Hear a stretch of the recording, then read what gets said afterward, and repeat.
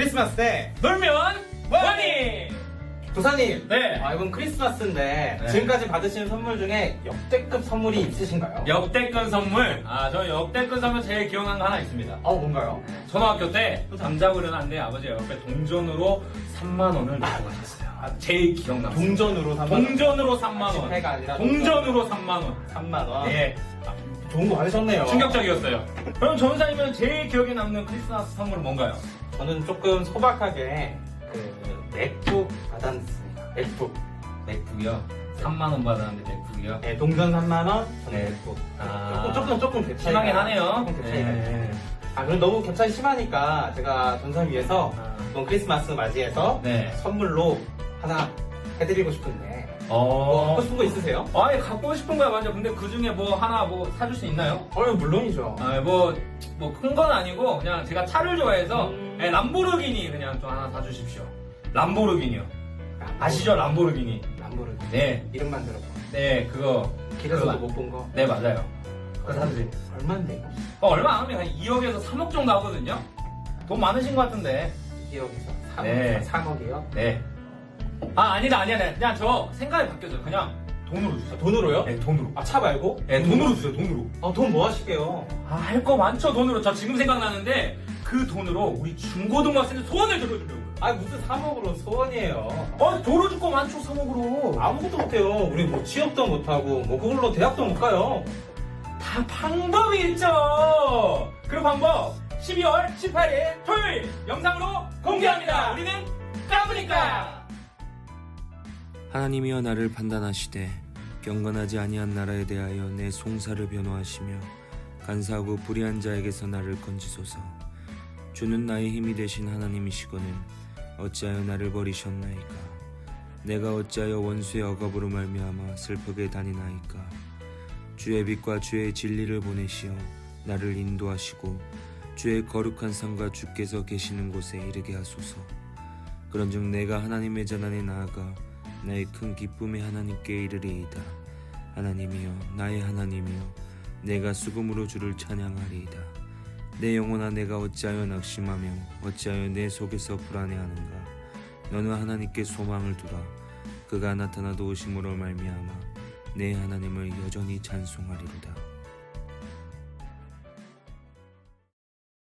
이 땅을 살아가며 우리는 늘 건강하기를 원합니다. 모든 사람과 좋은 관계를 맺길 원하며 또한 미래에 대한 두려움이 없기를 바라면서 살아가죠. 만사가 다 형통하기를 원합니다.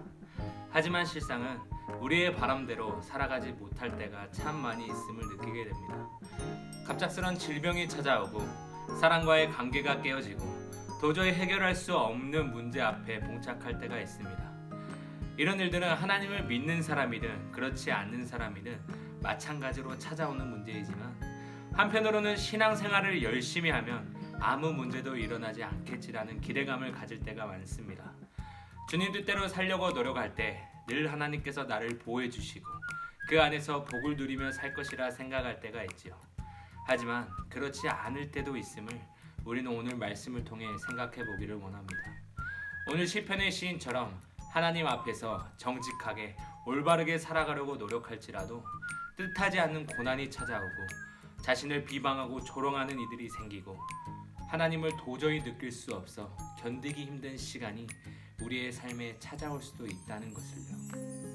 보통 고난이나 어려움이 찾아오면 먼저는 나를 힘들게 하는 대상이나 상황을 원망하게 됩니다. 그러면서도 믿음의 사람은 하나님께 기도하게 되죠. 그 기도는 하나님께서 지금의 문제를 해결해 주실 것이란 어떤 기대감이 있기 때문입니다. 그런데 그런 고난의 시간이 길어지면 어떻게 될까요? 점점 더 불안해지고 두려워지게 됩니다. 그러면서 사람을 향한 원망의 마음이 시간이 지날수록 하나님을 향하게 되죠. 하나님의 도우심을 경험하지 못할 때 우리는 그분의 존재 자체를 의심하며 죄악된 본능에 따라 반응하기도 합니다. 하지만 눈앞에 펼쳐진 상황이 너무나 절망적일지라도 그리스도인이라면 반드시 하나님 앞에 그 문제를 가지고 나아가야 할 것을 오늘 말씀을 통해 볼 수 있습니다. 오늘 시편 기자는 원수들의 압제로 인해 비통한 상황에 처해 있습니다. 그래서 하나님께 자신을 공격하고 있는 불경건하고 불의한 이방인들로부터 자신의 억울한 상황을 돌아봐 주시고 건져 주시기를 간절히 바라고 있습니다. 시인은 하나님만이 유일한 재판장이시며 의지할 대상임을 철저히 깨달았습니다. 그래서 사람에게 자신을 판단해 달라고 의지한 것이 아니라 하나님께 나아가 자신을 판단해 주시기를 바라고 있는 것이지요. 어제의 동지가 오늘의 적이 됐다는 말이 있듯이 세상을 살아가다 보면 어제까지 선한 편에 섰다가도 자신의 욕심과 유익을 위해 악한 편에 서는 상황들을 보게 됩니다. 그래서 바르고 정직하게 살려고 할 때 누군가는 조롱하고 비방하기도 하지요. 오늘 시편 기자도 완전한 사람은 아니었습니다. 하지만 하나님의 뜻대로 살아가려고 노력하는 사람이었죠. 그렇다고 죄를 짓지 않는 사람은 아니었습니다. 하지만 죄를 지을 때 회개함으로 다시 하나님의 백성으로 온전히 살아가려고 발버둥치는 사람이었습니다.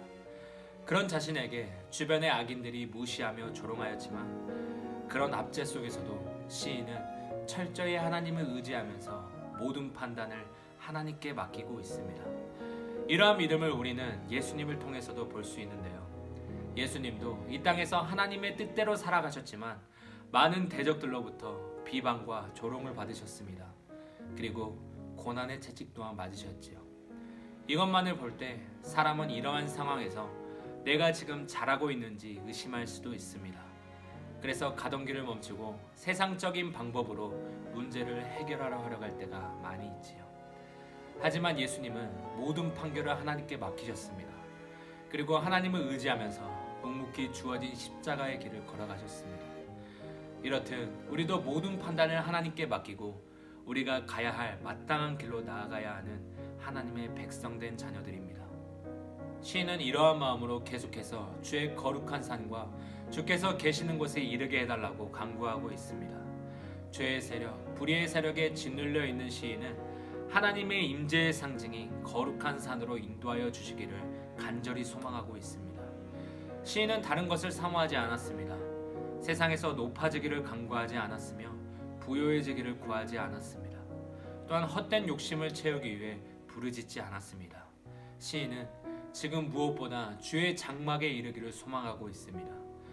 시인이 그곳에 가서 그토록 하고자 하는 일은 바로 하나님의 제단에 나아가 큰 기쁨이신 하나님께 예배하고 찬양하기를 원했습니다. 우리 사람이 창조된 목적은 세상의 모든 것을 창조하신 하나님을 영화롭게 하는 것입니다. 바로 우리의 생명을 주관하시는 하나님을 예배하는 것이지요. 이에 시인은 세상에서의 첫날보다 하나님 안에서의 하루가 더 가치 있고 소중하다고 고백했습니다. 하나님 전에서 주님의 임재를 느끼는 것, 바로 그 임재 앞에 반응하는 것이 최고의 기쁨임을 알았기 때문입니다. 이렇듯 하나님의 백성은 하나님의 장막을 사모해야 합니다. 주님의 임재를 갈망하며 주님을 예배하는 것을 소망해야 하는 존재들이지요. 그렇기에 우리는 이 땅을 살아가며 예배의 대상이 바뀌어서는 안 됩니다. 이 세상의 어떤 것도 우리의 인생을 책임져 주지 못하며 미래를 보장해 주지 못하지요. 하지만 내 인생을 디자인해 놓으신 하나님, 지금도 살아 역사하시는 전능하신 하나님만이 우리의 모든 것을 책임져 주실 수 있습니다. 하나님의 하나님 되심을 인정할 때 하나님께서도 자신의 백성을 지켜주시고 보호해 주십니다. 이렇듯 하나님의 백성들의 우선순위는 바로 하나님께 나아가 하나님을 의지하며 예배하는 것이지요. 인생을 살아가다 보면 행복한 삶에 반해 어려움을 당할 때가 많이 있습니다. 그리고 억울한 일을 경험할 때가 있지요. 그때 우리 신앙인들이 해야 할 일이 있다면 바로 유일한 우리의 의지의 대상이 되시며 의로운 재판장이 되어주시는 하나님께 나아가는 것입니다. 하나님의 자녀들도 때때로 어려움을 당할 때가 있으며 해결할 수 없는 문제에 봉착할 때가 많이 있습니다. 하지만 그때 우리는 고난에서 건짐받는 것에만 초점을 맞춰서는 안 됩니다. 단순히 문제가 사라지는 것만으로 바라서는 안 된다는 것이지요. 오늘 시편의 시인은 고난의 역경 속에서 구원받고 예루살렘으로 돌아갈 때 가장 먼저 하나님의 성전에 가기를 원했습니다. 가장 먼저 하나님을 예배하기를 소망했습니다. 하나님께서 우리를 죄악에 건지신 이유가 바로 여기 있습니다. 어떠한 상황에도 어떠한 모습에도 하나님께로 나아가 찬양하며 예배하는 것, 바로 구원의 목적은 하나님을 예배하고 찬양하는 것입니다. 마찬가지로 우리 삶에 고난이 찾아올 때 그 고난에만 집중하는 것이 아니라 고난 뒤에서 역사하시는 하나님을 바라보는 저와 여러분이 되기를 소망합니다. 고난이 사라지기만을 바라는 것이 아니라 고난에서 건져주실 하나님을 기대하며 그분만을 찬양하는 삶이 되기를 원합니다.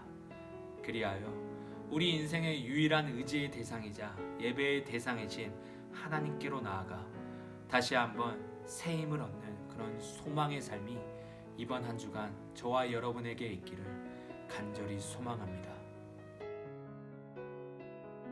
사랑의 하나님 아버지 감사합니다.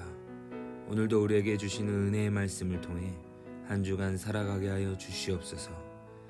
의지의 대상이 오직 하나님 한 분만 되게 하여 주시고 언제나 우리의 입술이 하나님만을 예배하고 찬양하는 도구로 사용하여 주시옵소서. 삶의 어려움과 고난 속에서도 하나님만을 예배하게 하여 주시고 그 속에서 주시는 은혜를 체험하여 신앙의 성숙을 경험하는 모든 고동부 지체들이 되게 하여 주시옵소서. 감사합니다. 예수님의 이름으로 기도드리옵나이다.